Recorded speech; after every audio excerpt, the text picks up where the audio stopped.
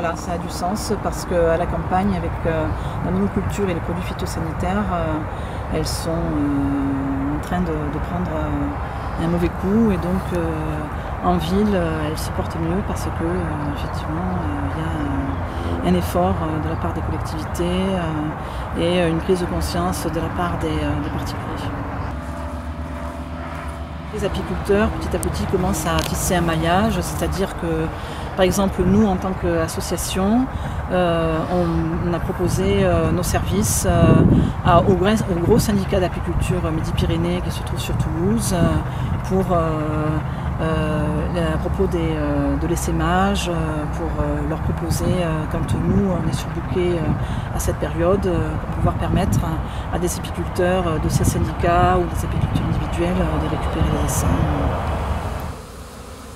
Presque à la verticale, elles battent fortement des ailes, donc ça veut dire qu'il peut y avoir une reconnaissance. Il y a leurs petites glandes de Nasanov qui sont juste là, à l'extrémité de leur abdomen. Et elles sont en train d'émettre des petits signaux pour indiquer aux copines que très probablement la reine est là, quoi.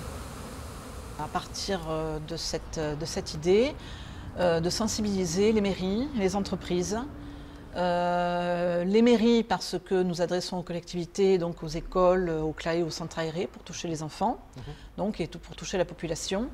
Et les entreprises pour toucher les salariés et les sensibiliser à leur environnement.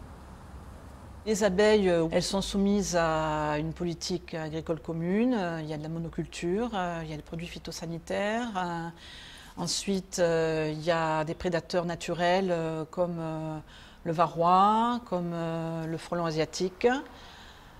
Donc ça fait beaucoup, et si on met tout ça en commun, on peut penser que l'abeille est quand même fragilisée à cause de par rapport à toutes ces causes, quoi.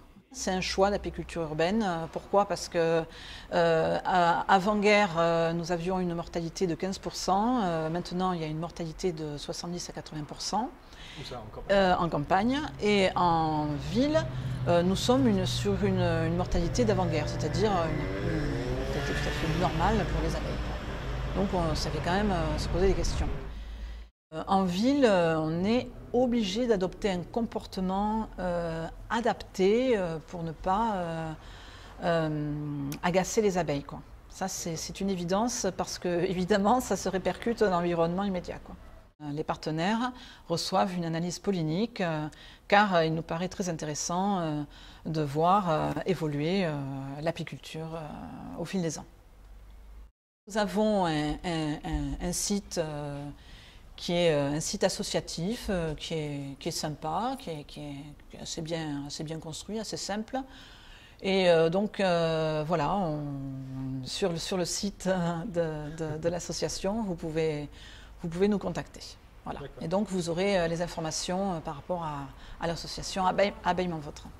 Je suis touchée par ce qui arrive à ma terre, par la façon dont se porte la terre, je suis une humaine, je vis dessus, ça m'intéresse beaucoup, donc je vois ce qui se passe en ce moment avec les abeilles.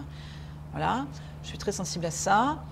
Je suis une grande nerveuse et l'abeille est un très bon maître.